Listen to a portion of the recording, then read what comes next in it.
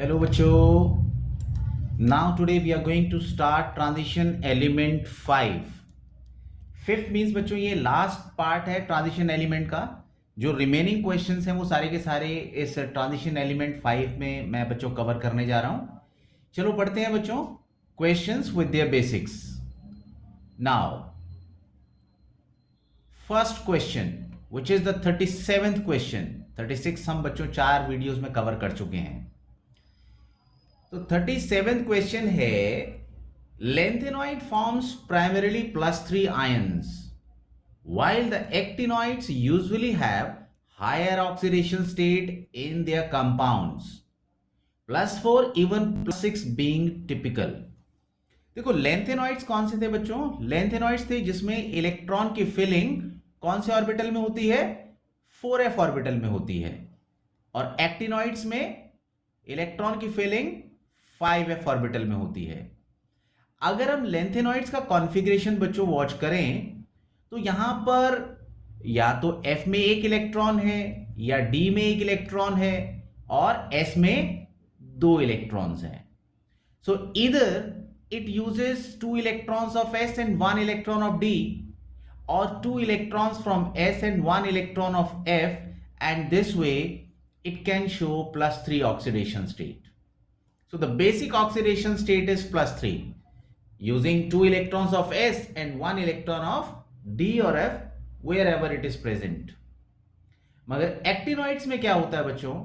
Actinoids में जो energy का डिफरेंस है वो बहुत कम होता है. जैसे 5f के बाद अगर हम ऑर्बिटल देखें कौन कौन से हैं, एक 6d है, 7s है, तो इन सब की एनर्जी में बहुत ज्यादा फर्क नहीं है.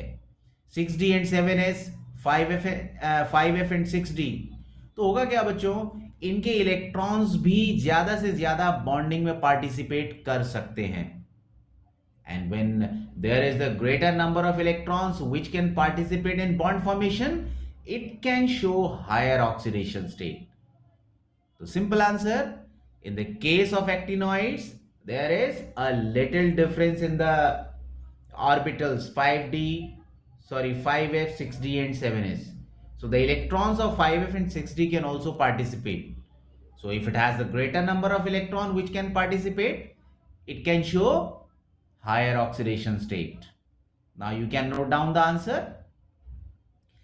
Lanthanoid lose 2 electron from 6s and 1 from 5d or 4f orbital and is stable in +3 oxidation state, while actinoids can lose electron from 7s, 6d and 5f. 7s, 6d and 5f more easily. And why it is so? Because their energy is comparable and thus they show higher oxidation state. तो ये बच्चों यहां पर हमने कैसे लिखा है, ये मैंने इसे लेफ्ट साइड में लिखा बच्चों, बाकी कोई फर्क नहीं है. 7s, 6d and 5f. Next बच्चों क्वेश्चन है 38.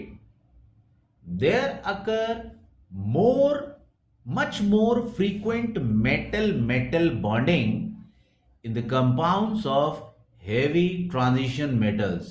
ये जो 3D ट्रांजिशन सीरीज के हैं बच्चों, इसके अंदर मेटालिक बॉन्डिंग बहुत स्ट्रांग है.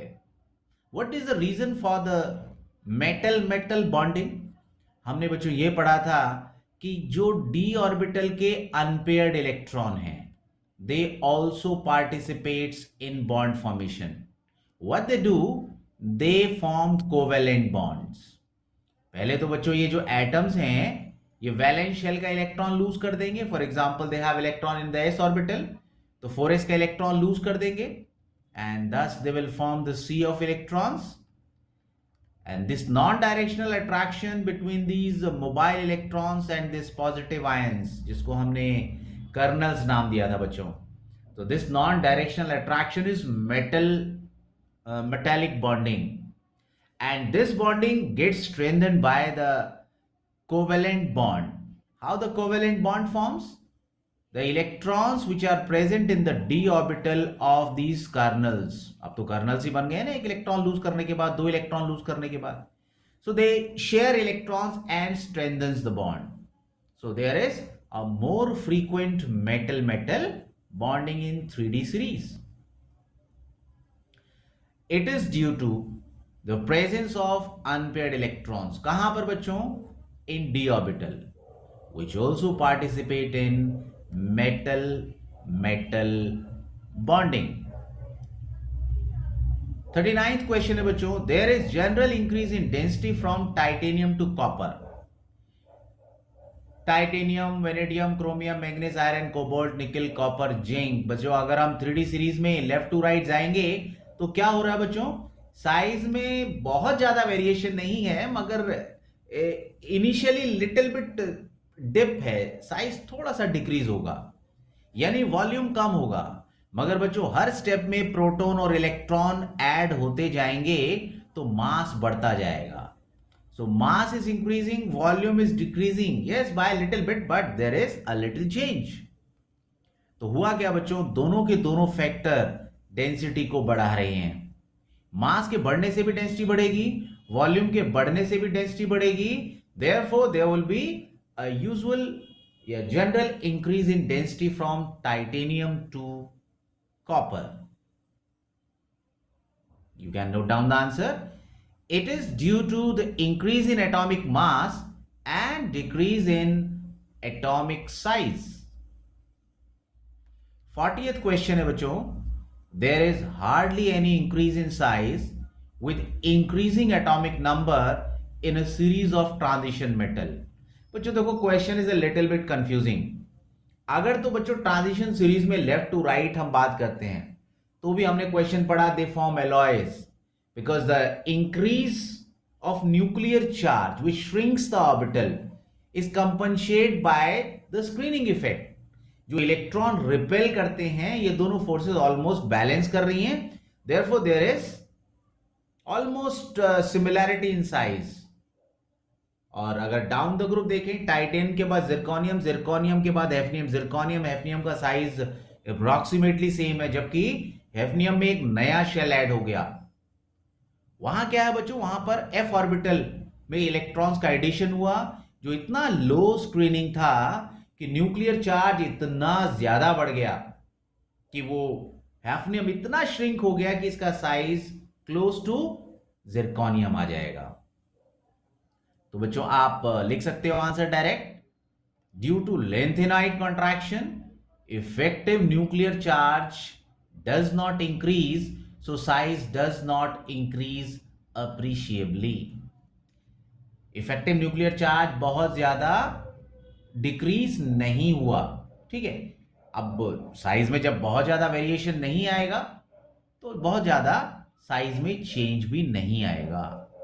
तो I discuss both in horizontal third transition series and also in the group 4D to 5D. Unlike chromium 3+, manganese 2+, and iron 3+, and the subsequent other ions of 3D series of the element, the 4D and 5D series metals generally do not form stable cationic species. Why? बच्चों ये 3D वाला कैसा है? सबसे ऊपर है, इसमें cationic species बन रही हैं.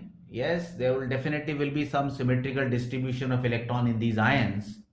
मगर अगर हम 5D को देखें तो 5D तो बच्चों f ऑर्बिटल का इंक्लूजन हो चुका है ना.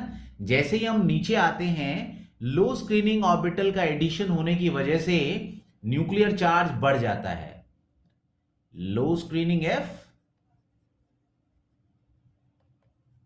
therefore nuclear charge increases. और न्यूक्लियर चार्ज जब इंक्रीज कर जाएगा तो क्या होगा बच्चों?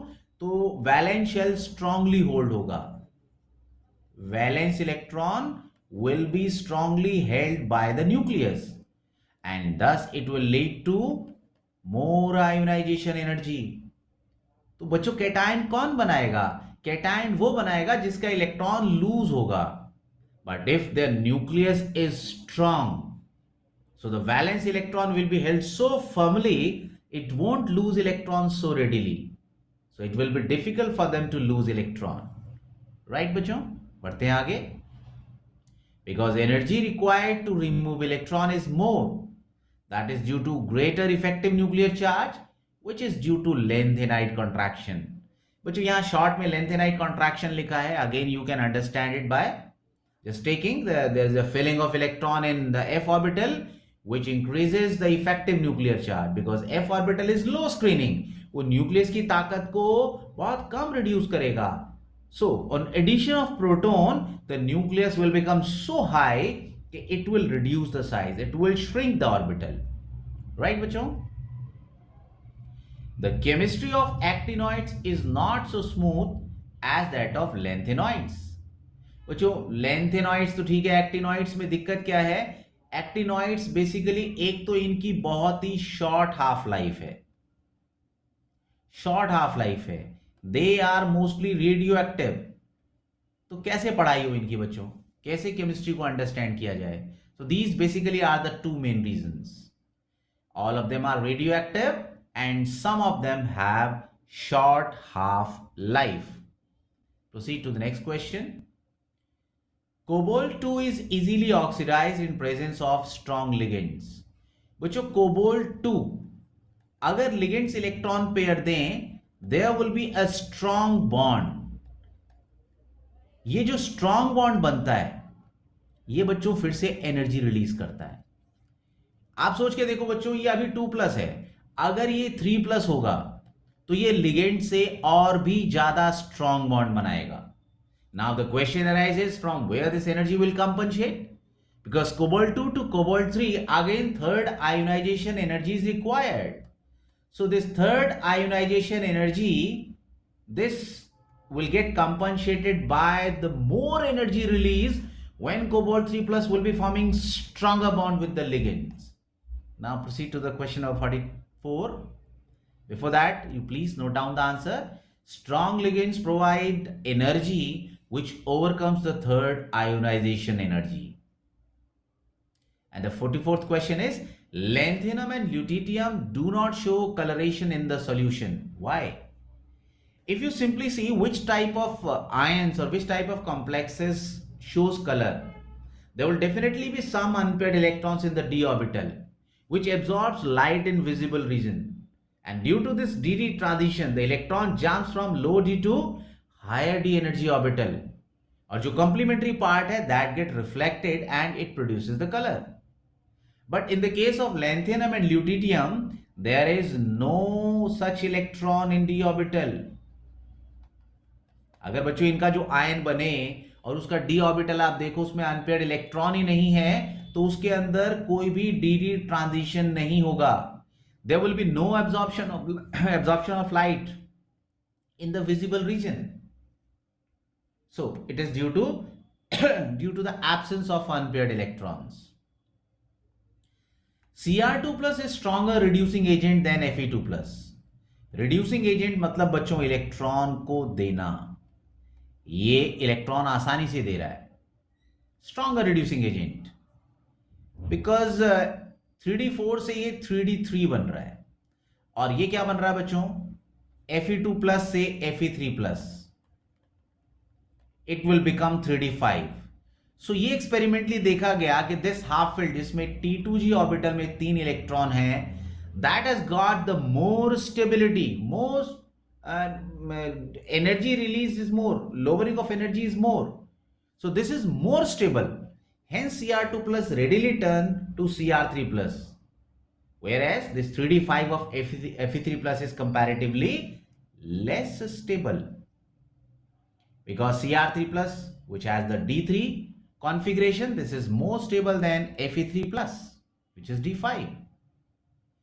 There is greater horizontal similarity in the properties of transition element than main group element. बच्चों ट्रांजिशन एलिमेंट में सिमिलैरिटी, एक तो इसका जो साइज है वो बहुत ज्यादा वेरी नहीं करता. साइज अगर सेम होगा, चार्ज डेंसिटी सिमिलर होगी, तो बच्चों प्रॉपर्टीज में सिमिलैरिटी आएंगी. और मोर ओवर जो इलेक्ट्रॉन फिल होता है वो पेनल्टीमेट डी ऑर्बिटल में फिल होता है बच्चों. पेनल्टीमेट डी अंदर है ये डी, जबकि मेन ग्रुप एलिमेंट में इलेक्ट्रॉन हमेशा आउटर मोस्ट ऑर्बिटल के अंदर ही एंटर होता है. वैलेंस शेल का आउटरमोस्ट ऑर्बिटल है that is expose, that is basically related to the chemical reaction, so the number of electron in that is changing, right? So it will not show the similarity. So you can note the answer. It is due to similarity in atomic and ionic size.